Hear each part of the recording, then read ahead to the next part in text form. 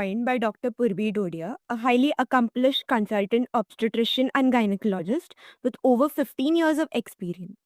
Based in Jamnagar, Gujarat, Dr. Dodia specializes in high risk obstetrics, fertility treatments, laparoscopic gynecological surgeries, and cosmetic gynecology. With advanced training in antenatal and fetal scanning, including Doppler studies, and as a past secretary of Jamnagar Obstetrics and Gynecology Society. We are really excited to have you with us today. Thank you so much for having me here. So, my first question to you is what inspired you to choose gynecology as your specialty? The reason of selecting this branch as my long journey were I was always passionate about making a difference in the society. So this is the only fortunate branch of medical science that taught with the golden opportunity of bringing new life to this world, safe and sound. So being a woman, I always wanted to contribute towards better female health and hygiene, busting age-old myths, prejudice, and stigma surrounding them. How would you say that gynecology has evolved over the past decade and where do you see it heading in the future? The branch of obstetric and gynecology has come a long way from when I was an MBBS student to today, 15 years later. The major evolvement being high precision anomaly detection and intrauterine management of various fetal anomalies during the antenatal period. There has been a significant decline in the maternal and neonatal mortality rate owing to more awareness about preconceptional and antenatal care and proper scientific execution of the delivery process. The evolvement of various modalities of carrying out a painless labor has evolved over the past decades. The gynecological procedures, which used to require large and ugly incision leading to ugly scars, have almost completely been replaced by keyhole lap procedures, which reduces overall blood loss, hospital stay, pain, morbidity, tissue handling, and improves the overall functional outcome of the patient. The age old taboo of not being able to bear a child has whipped out to a large extent on account of account and the rapid development in the field of in vitro fertilization. So this revolutionary technology has brought smiles and happiness to millions of unfortunate families, not only in India but across the globe. In my MBBS days, I used to see a lot of undiagnosed gynec cancers presenting late on account of the society stigmata they carried with them. This has changed a lot because of the increased awareness among the patients and doctors alike, as well as development of highly sensitive diagnostic modalities like liquid-based cytology and colposcopy for cervical cancers and genetic assay for uterine and ovarian cancers. This has made early detection of gynec malignancies very common nowadays.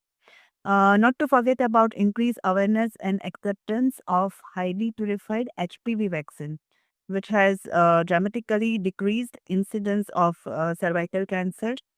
The importance given to antenatal and postnatal exercises has significantly increased over the past decade, has contributed to a decrease in the incidence of postpartum obesity and improvement of overall fitness of mother.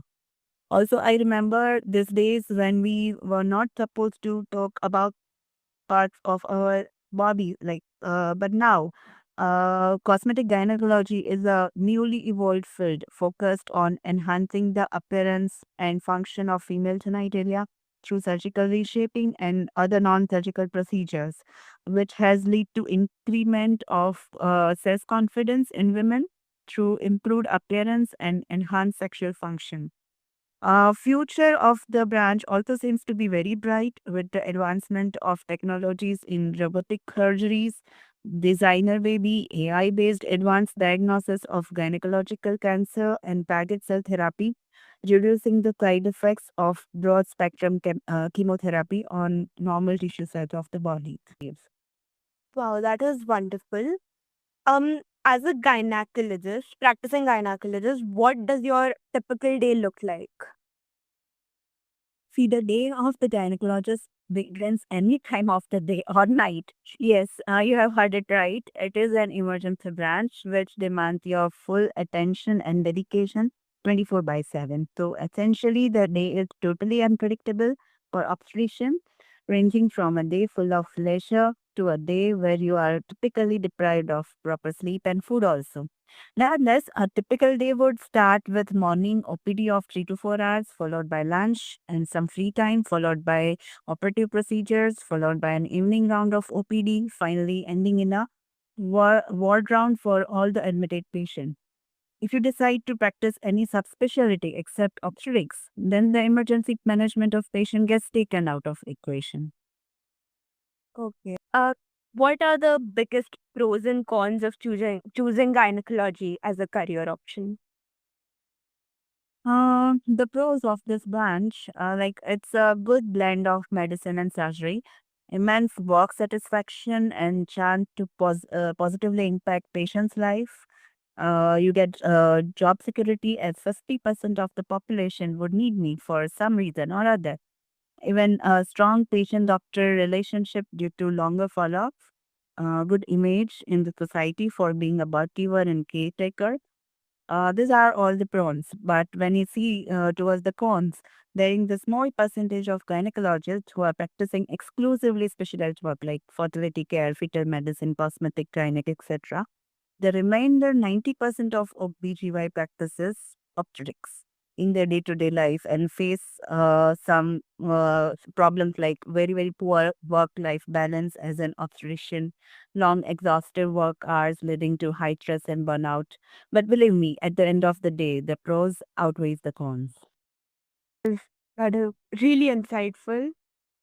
Uh, what kind of career options are opening up after specializing in gynecology, not just in India, but abroad as well? Yeah. So either you can practice only obstetrics or you could specialize in one of the subspecialty in gynec, as I've already mentioned, like infertility, fetal medicine, cosmetic gynecology, gynec oncology, urogynecology, laparoscopic gynec surgeries, and robotic surgeries. Other branches of gynecology which are present in developed countries outside India, such as pediatric and adolescent gynec care, menopausal care, female pelvic medicine, and reconstructive surgeries, are yet to gain momentum in our country. This was really insightful. Is surgery a must skill to succeed in gynecology? No, although it is essential to acquire the surgical skills during residency to get the degree, but it is not a must for your survival or success in the future, provided you practice subspecialties like fetal medicine, infertility exclusively. What are some emotional or ethical challenges one must be prepared for in this branch? The emotional turmoil that the gynecologist has to face when a mother loses a child due to natural causes, or when a lady passes away during the process of labor, or when an IVF cycle fails multiple times for an desperate couple, or while examining a rep victim, is really uncounted for. These emotional challenges add up to the already stressful nature of the branch. And if you are a lady, especially mother, who is practicing OBGY, you need to consider addition of some more emotional toll of taking care of your family and children. You are always in an emotional dilemma whether you are giving adequate time and attention to your family, like work-life balance. Something. Um, how would you say being a male or a female practitioner affects your experience in this field? I feel that in a conservative society like that in India, female patients are much more comfortable in consulting female doctor for their gynecological needs.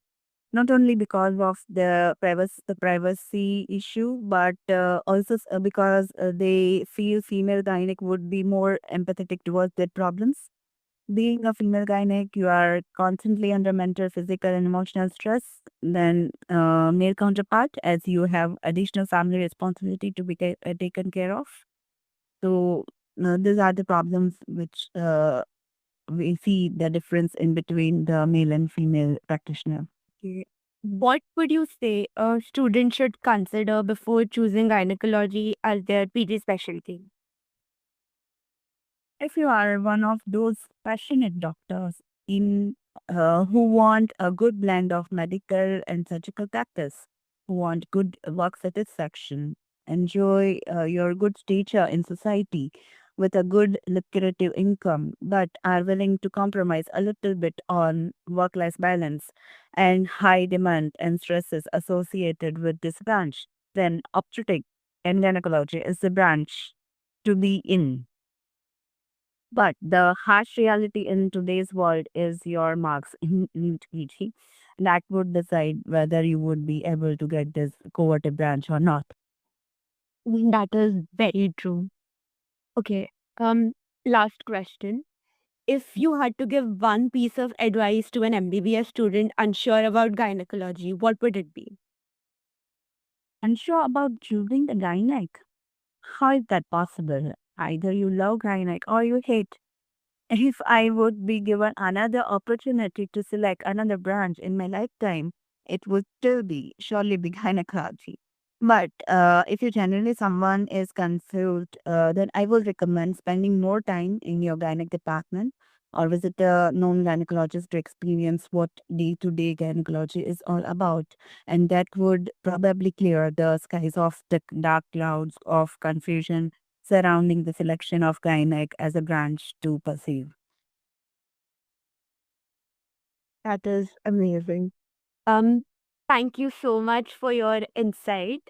I am sure your answers will be really helpful to someone who is looking gynecology as their specialty. Thank you so much. Yeah.